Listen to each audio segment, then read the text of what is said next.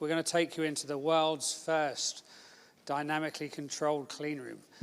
So David Mitchell from Cambridge Pharma, and Keith Beattie from Eco2.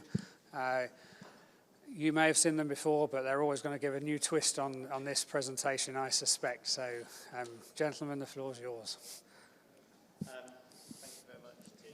A bit of a big introduction there. I know. Hope we can live up to the that intro. So yeah, we're both delighted to be here again, speaking to you about the latest developments in this novel approach to clean rooms, GMP clean rooms. You got a sneak peek. Yeah. That's not fair. Some of the surprise is gone now.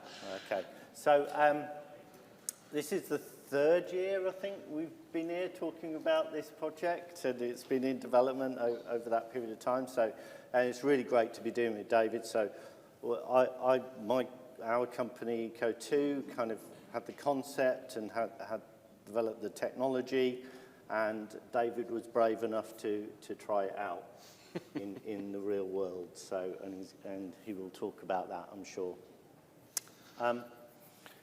Okay, there we go. So, inside this is the world's first, as far as we know, GMP, and we know a lot of facilities because we work across the world with many pharmaceutical companies, biopharmaceutical companies, focusing on clean rooms. We would know if something else existed, but you know, I could always be proved wrong.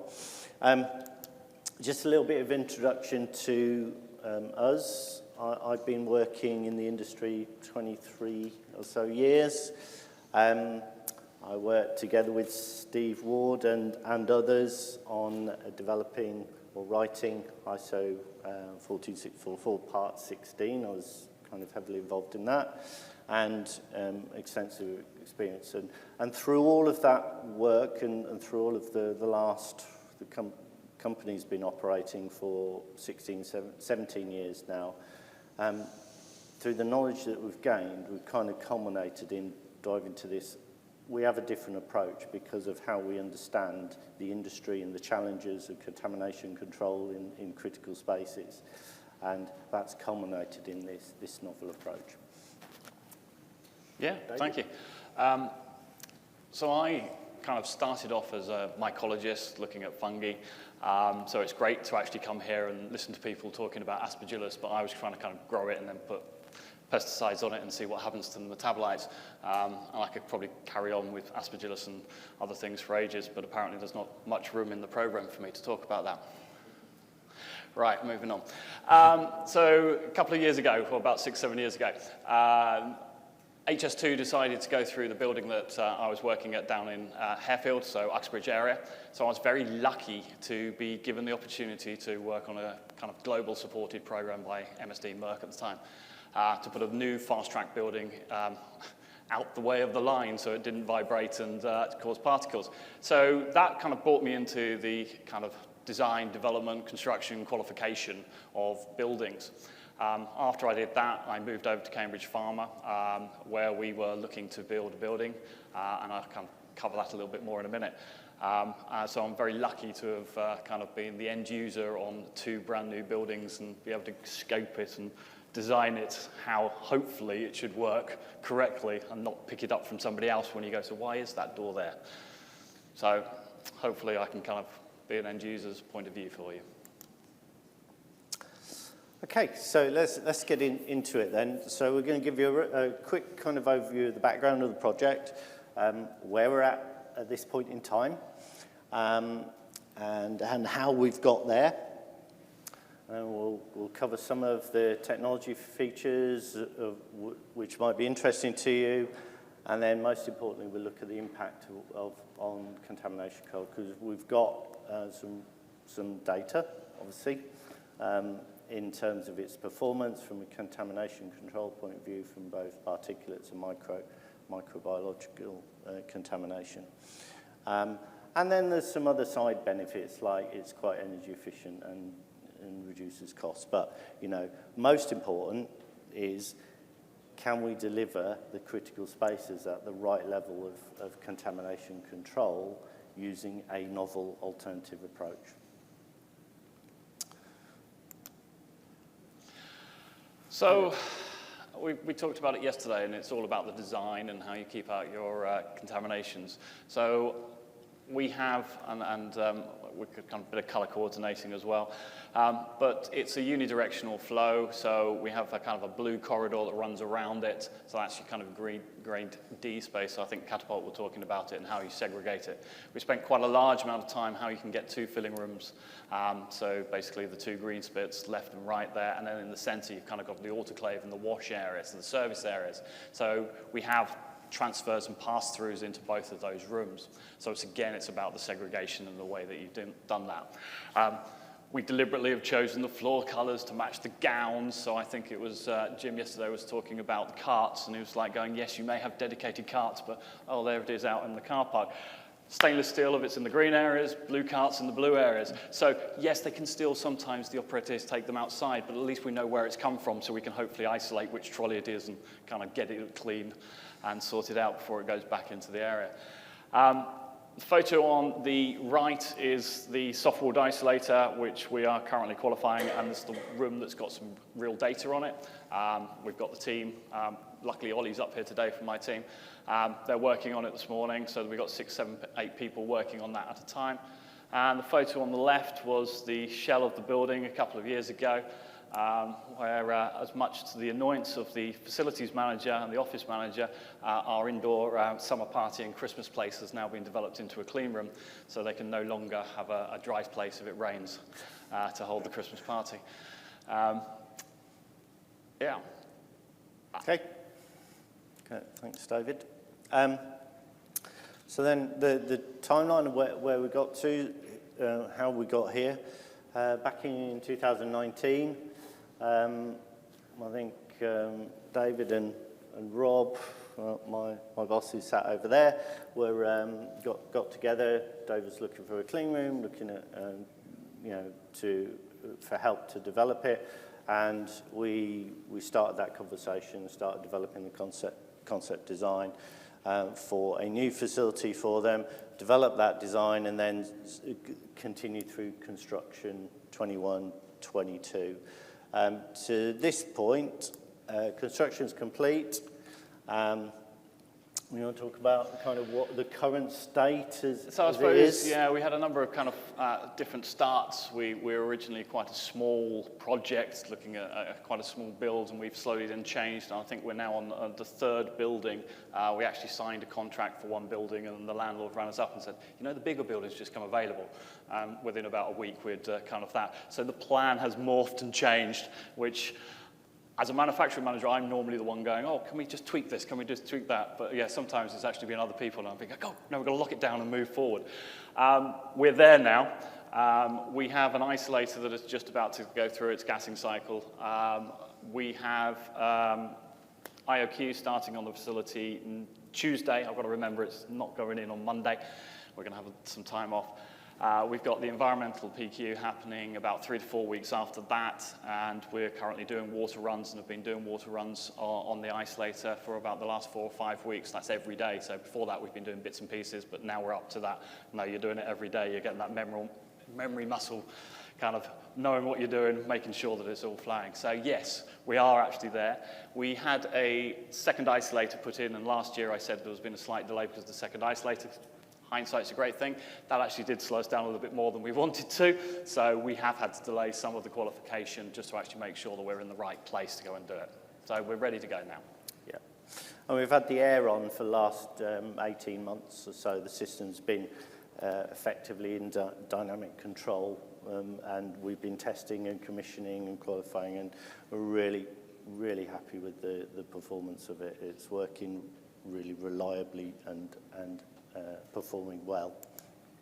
Show you some of that, certainly. So last year when we were here, one of the biggest questions was around it. Well, yeah, that's all very well and good, but how are you going to qualify it and convince regulators that we're meeting the right standards? So yeah, we as I said, the OQ's written, IOQ's written. We're going to test the rooms at the worst case, so we're going to lock it down on the lowest air changes that we've got for the rooms. We know that that's what it's been running, and you'll see the data later, so we're fairly confident on that.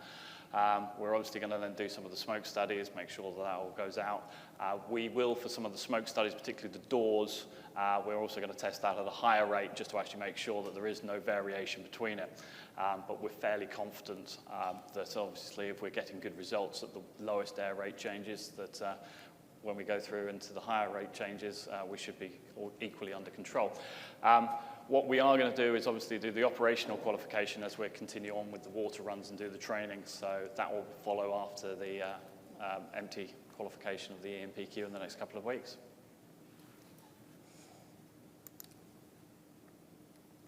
Okay, a little bit on the features of the technology. So one of the really interesting things is we've got a continuous record of contamination control.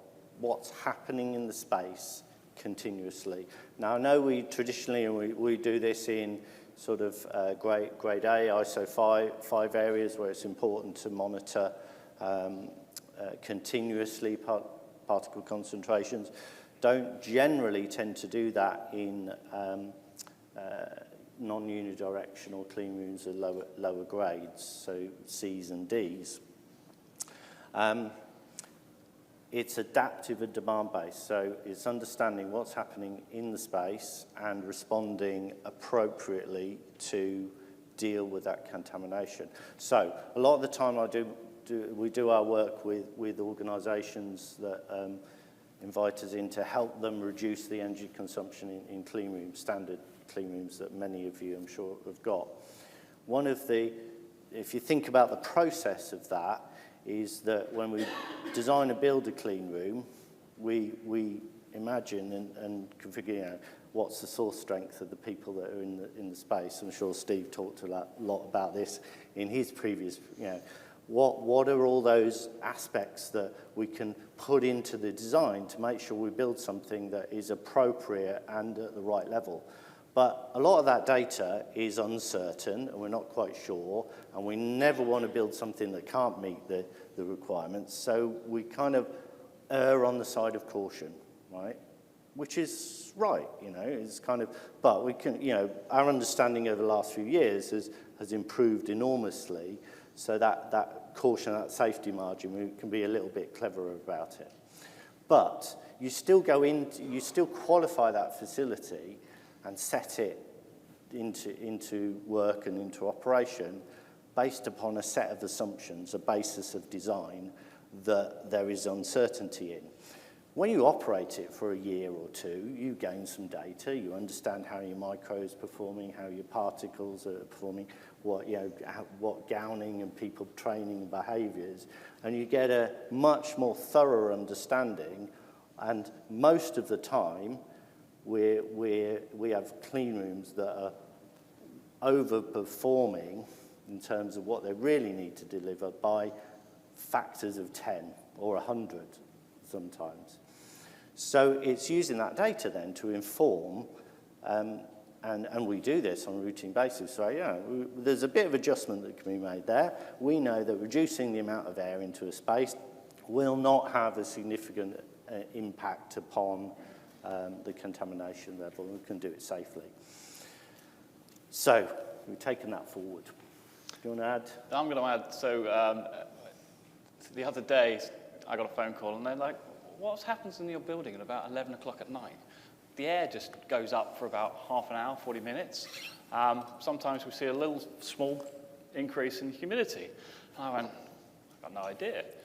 Oh, it's the contract cleaners to come in and clean the outside corridor.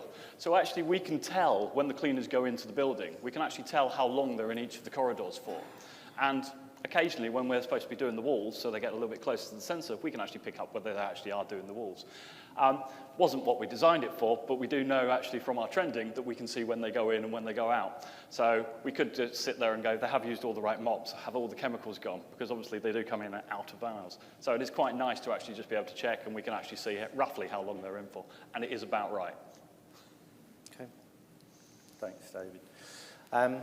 We're delivering a variable supply rate depending on the needs. To do this, this technology has been developing for about 5-6 years because it's really hard to do. And so we've invented an approach that now works, but it's not easy. And it looks after all these critical control factors, okay, which is important, and we patented it, so that's also good. The other thing, building on what David was saying, another aspect and particular feature of the Cambridge Pharma Cleanroom is a negative cleanroom, so it's negative to the outside environment. What that means is that we have the potential of dragging stuff in. It's negative for a reason because it's a containment facility for. So we can see on the trends and the performance when the corridor, the grade D corridor, has not been cleaned particularly well or needs a clean, because we can see the base load increasing in the process room. I do need to point out that we haven't gone clean, so we still have people coming in. So yeah. Okay. So back to regulators, because it's new, it's different. We're looking at Annex 1 and the new Annex 1 and kind of what are is there anything in there that really says, this is difficult and you don't want to do it? And actually, it's the reverse. There are some really important aspects of Annex 1 that really support what we're doing. So, the regulators are driving. They want industry to innovate with a scientific, sound scientific base. We saw that in the previous presentation, which was interesting as well. We need to be monitoring and controlling our facilities much more appropriately. And there is good reason to use the applying technology to help us manage risks in a better and more consistent way. We haven't changed how we design and build clean rooms in 50 years, really. So there has been some, certainly, developments in lots of elements of gowning and how we operate things, and filtration, certainly. But fundamentally, we've approached it the same way for decades. Okay, so what have we seen in reality?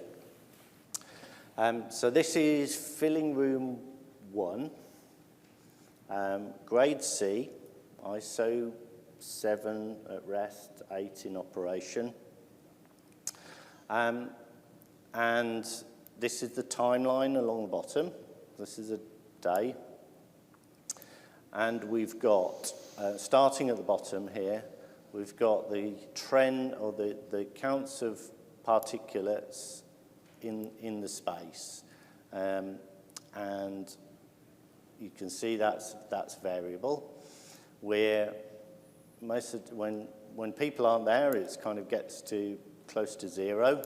And then we can see when people are doing something, when they're coming in. We're controlling to this limit. So here's our compliance limit. We never want to get up here. We've got a control point that says, I want to control to 10% of the class limit for that space. That's my control. I don't want to exceed that. And then this here is effectively the air change rate, or the supply air rate into the space. So when we're detecting contamination level here, it's fine, it's well below our set point, we don't need to do anything. This air change rate is read off this size. So we're sitting in a grade C most of the time at 5 air changes an hour. And we've set that as a minimum. That's our minimum. We don't want to go below that, and we want to go up when things start to happen, more people come into the space. We've designed this facility to go to a maximum of 15 air changes an hour in the grade C. That's the design condition. Most organisations, anywhere that I've worked in global companies, you know, they start at 15 and go up to 40, 50, 60, right? So this facility is already exceeding, is not, is much better than the industry norm. And then we've applied the dynamic control on top of that. And hence, things like recovery rate, because one of the things is when we talk to customers about, okay, well, we can do reductions in air change rates into facilities, what happens with recovery rates? And yeah, you need to watch that. With a dynamic system, you don't need to worry about recovery rates because it will always recover because it will respond and get to the right point in the right amount of, in seconds or a couple of minutes. Okay. Do you want me to? Yeah. So, as an end user, what's been quite interesting is we've had people in there for the last few weeks every day, and over the last kind of, I suppose, 6 months, we kind of sporadically cleaned it, done a bit of training, done some other things. One of the interesting things that we did see was the autoclave light beacon, which Rob was kind of, at one point, he was like, Dave, what's happening in your clean room? I said, I'm not quite sure. He goes, well, it's just spikes. I've just shown somebody, it's just massive spike come up. Stayed within the class limit, so we're absolutely okay. And you could see the air rate changes absolutely mirror it, just a couple of seconds behind, all the way up, leveling out. Then the particles started dropping, the air rate started dropping, we could see. And it's like, what is happening in there? There's a massive of 5 particles just kind of suddenly happened. So down to the clean room, open up the door. Oh, one of the engineers walked in with a great big drill to go and stick a beacon on, and he's just drilled it straight through stainless steel.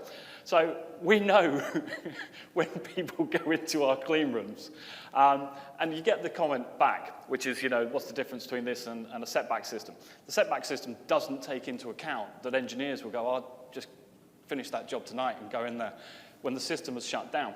So this will actually automatically respond. Our cleaners come in at night. What happens when we suddenly do overtime? Who can tell me that their batches always finish on time? We can't have those set parameters in there that at weekends it's going to shut down, at 8 o'clock in the evening it's going to shut down. We don't know what's going to happen. So this will actually mirror it and stays with it the whole time. And I think the guy going in and doing the drilling was quite a good example, because actually we got it under control within a couple of minutes. And although they were in there, I won't say what he took in there.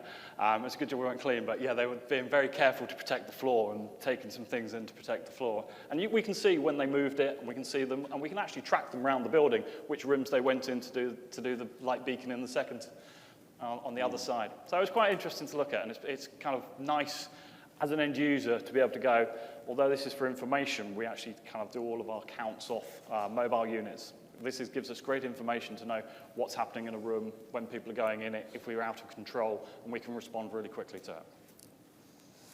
And imagine how much easier your kappa deviation would be if you had that level of history and you could go straight to, I know exactly what's happening in that clean room at that point in time. Okay? So the other question, of course, is how does it perform from a microbiological? Now, generally what we see is that the micro tends to follow particulates, because it's people-based and associated with skin particles and stuff like that. But we have to measure it and verify and qualify it. So I won't talk too more about this because it's David's slide. I just noticed the DM down in the bottom. I'll hand over, David. So you can see the chart there, obviously, and the graphs, and you can see the legend and where it is. So there were kind of entrances in, both people airlocks and then two locations within the filling room and the mal out, the material out. So we've been doing look-see monitoring For probably about the last 8-9 months. You've got a good 4 months pretty well on the hill, 3 months rather. This is just settle plates, and we've been doing a number of locations around the building, so we know we're in control. We have also been doing, and I just need to add this because somebody will ask, why haven't you been doing some active airs? We have been doing active airs. Those have been incubated in-house. Those incubators are not always available for us, so that it's not as good a graph. It's got some holes in it, it's got some other things, but the results do correlate. So this is settle plates, and we're sending them off to a lab, so they are, although we're putting them down following GMP procedures, the actual processing, the counting, the recording, and the identification follows full GMP procedures. So this is probably why we want to put this data up. But as you can see, it's pretty well under control. It's not bad for a building that we're not actually doing all of our active cleanings in. We know that we still have the odd workman going in there and drilling stuff. We still have a number of people from our company that want to come around and go, can we go in? And it's like, yeah, we can go in. And we're still doing proximate gownings. So we're not quite there on full gownings. We're not enforcing if somebody turns up with a little makeup week, okay, we can take you in because we're not doing product and we're not live. So we know, if you look at it, we are roughly in control. We do know that when we've cracked down and we haven't had anybody coming in, as you can see bits in the middle there, we are getting very, very good results. And it is across the board, whether it's in the other second filling room, whether it's in the corridor. Obviously, our main change in, you can see, but it does correlate as well. So we're fairly happy with the results. It's a shame that we're not actually at the EMPQ, and I can give you full GMP results where you're actually taking 10 or 20 samples in a room. But hopefully we'll get there in the next couple of weeks. Okay. So what does that mean from a impact on energy performance, which is another critical factor that many clients, many companies are interested in?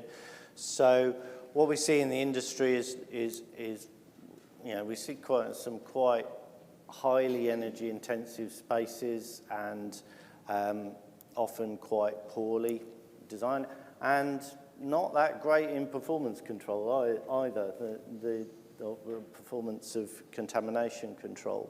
So there's no direct correlation between energy use and contamination control, that's for sure. So we see some really poor ones, but typically, 1,000 kilowatt hours per square meter per year is typically what we see. We're seeing the Cambridge Pharma facility about a fifth of that, around 200. And in terms of what that means is, effectively a fifth of the energy cost. So £300,000 energy bill, which wouldn't be unrealistic for the type of pharma facility David has, is costing around £50,000 a year to run, right? So these are big numbers. We're always, as I said earlier, about the fact that we've designed the facility to be really energy efficient as a baseline, even if it was fixed flow rate.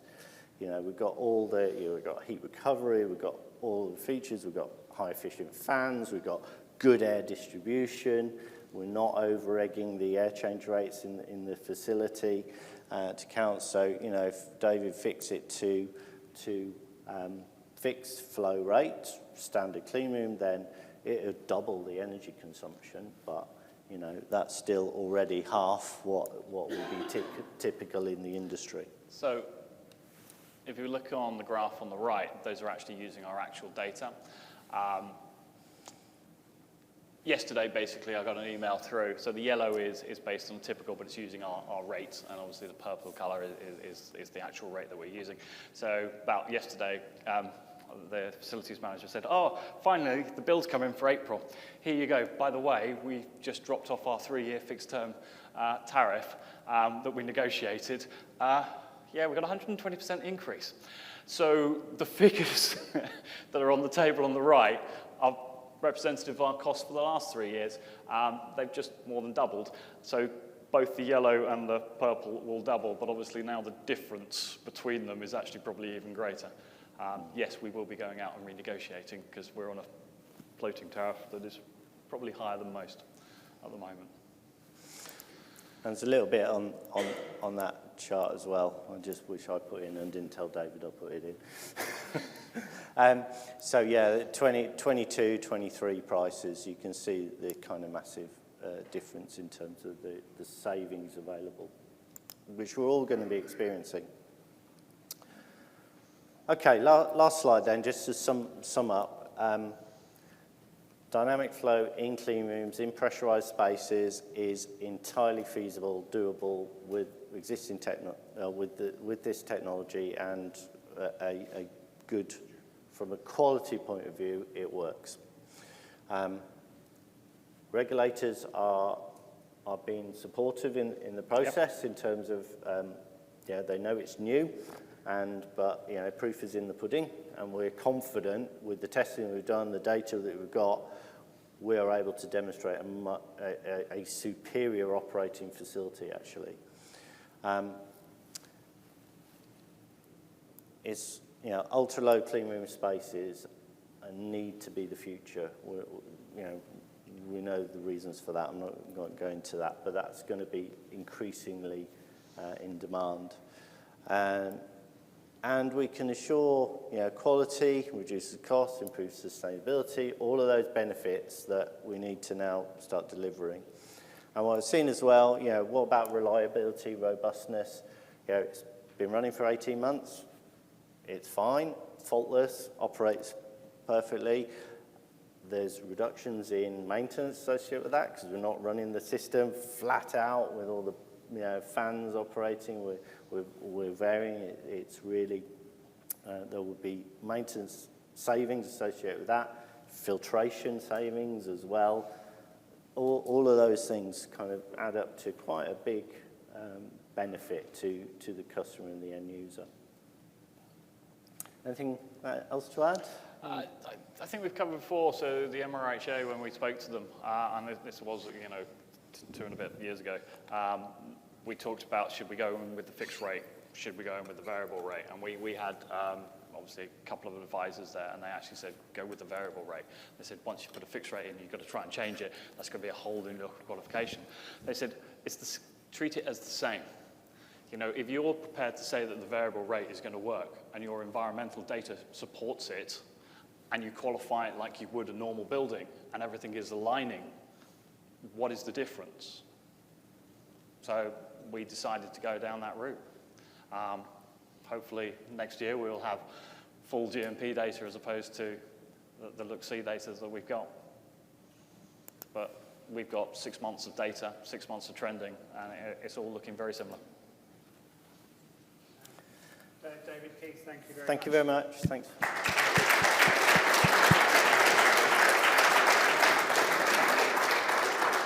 It was worth bigging it up because you've got the biggest audience of the day. Oh, yeah. Okay. Thank you. Thanks for coming. Who will throw a question to these gentlemen?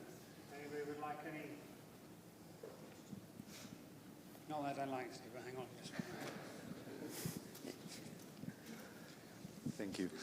You mentioned that with the information that you gather from the system to feed the algorithm, you get information that is untraditional, like when the people are cleaning or whether the gowning has been done in the proper way. Is it information that the people in QA are finding useful and interesting? Because it's really intriguing to me. So QA haven't started analysing it like they would, because obviously we're still in that non-qualified state, so they're kind of like, we're parking that over there. So the sterility assurance manager, who was here last year and we were trying to get this year, she actually is quite interested because she's actually looks at it and she will follow it, and what we can see is sometimes when we get spike in environmental, we can go back and actually look at what was happening, and we can also see air rate changes that have gone up on it. Yes, what we will do is actually flip it around the other way. So actually we will do part of our daily checks and our weekly checks is looking for anything that has spiked. That will then give us, so almost by exception, so we'll be looking for the spikes, and then by the spikes we're going, what happened? Did anything happen in it? So yeah, we will get that report and either run it on a daily or a weekly basis and then try and work out what it is until we can actually understand, are they normal, are they not normal? Like you say, somebody going in, we actually expect a spike. The same when we get 3 or 4 people going into a room, we expect the initial spike, and then hopefully it'll come back under control. Hopefully I can word this question correctly. So traditionally for people with clean rooms, room pressure is a really important factor that they look at and monitor and look for. How do you approach, I can imagine if you've got dynamic control in lots of individual rooms, that can get quite complicated. Do you take the approach of kind of going, well, actually, if the pressures are out a little bit, it doesn't really matter because actually we're proving it by being in control of what matters, contamination, or are you sophisticated enough and you can't tell us because it's patented? But No, I can tell you. I might invite Rob to speak more, but pressures are absolutely critical because they're a regulatory requirement. Right, so we have to manage them actively. So we manage them through controlling the ins and outs, controlling the volume of air going into the space and the volume of air coming out of the space. And we're maintaining very, very good differential pressure control across between rooms, across the space, because that's the important bit, is what the... And that allows us to do other things. For example, remember I mentioned that it's a negative clean room, the filling room. When we're looking at this, dragging contamination in, one of the things we thought, okay, well, to prevent that as a continuous improvement, we make the airlocks to that space a bubble airlock, so we prevent the contamination coming in from the corridor. We could do that adjustment remotely to make those pressure changes remotely because we're controlling the ins and outs of the space directly. It is a question that we keep being asked, is if you kind of dropping down, then how do you control the pressures? I'm not the one with the science, but what I can tell you as the person who looks at the figures is yes, we are maintaining, and we have, as you walk into our first change area, plus obviously we've got it on the computers, we've got the display which is showing and obviously will alarm or change colour if it goes out. So we know over the last couple of months, yes, we have been maintaining the pressure differences between the rooms, even with the dynamic system changing. So it isn't just dynamic. And this is, I think, again, comes back to some of the setback activities. We're not just in one room. It's across the whole facility that it is moving and changing. Thank you. Good question, though. Thank you. It would have been just easier if you put the algorithms up. But I think what you said is that you're controlling the supply and the extract per room, yes. So therefore you can maintain the differentials. Yes, it's not just increasing the supply to dilute the contamination. Yeah. You're managing the extract from that space as well. So it's all on variable valves as well, yeah. So both in and out. Thanks. This may be a really naive question. Is this a system you can retrofit to a current building, or does it have to be designed in from the beginning? The short answer is yes. We designed it to be able to be retrofitted, absolutely. And we've got a number of installations around the world that we are retrofitting this technology to right now. So yeah, it'd be a very small, well, it's quite a large market, but the larger market is all those clean rooms that already exist and people want to improve them. That's the goal. Keith, quick one for the financial directors in the room. What's the return on investment period? Yeah. 3 to 5 years. It's not super long. It's good value tech. So spend your money on this, not on energy bills. Anybody else with a question? Got 1 minute. Last question from me then. Okay. You adapt the air supply rate based on the contamination that's introduced from the room, whether it's an engineer with a drill or whether it's operators cleaning. Do you have source strength data that you designed on, or are you confident that whatever happens in the clean room, whatever the source strength is from the people or the process, you just adapt the controls to handle that? Very impressive with the air change rate and the volume of air, but did you gather source strength data from your process operators or any of your processes yet So that you're prepared to share or publish? The two locations were initially kind of chosen and are based around where the activities are in the room. And if we look at the process flow maps and the touch point studies, definitely the one near kind of the loading chamber, just because the amount of activity that's going around and walking back and forth, that is in a very much in the position that is probably the busiest place in the room. The other one is near the exit, and it's also at the end of the isolator, so where we're unloading. So again, it's based where it is. We are obviously going to do some particle monitoring once we're up and running, and we're running on that, and we might have to do a little bit of offsetting if we're finding that one area is slightly out of kilter to the other bits, that we might then just have to do a tweak and change that 10% up or down a little bit, just to make sure that actually we're getting the worst location. We're not expected to change them within the room, but again, as 3-5 years' time, when process may change or we get something new in and the flow is different, then yes, we've got the option to actually just move it around in the room to actually take it into a location that's better suited. I was interested because you mentioned 7 operators inside a facility, and Keith, the profound thing there is this is stopping at 15 air changes, whereas everybody else is probably even starting at 15 air changes. So that's, a bit of point in the design process. Yeah, of course, we followed basically what Steve would have outlined earlier today in terms of the design process for 14644 Part 4. Yeah. Very good. All right, gentlemen, thank you very much.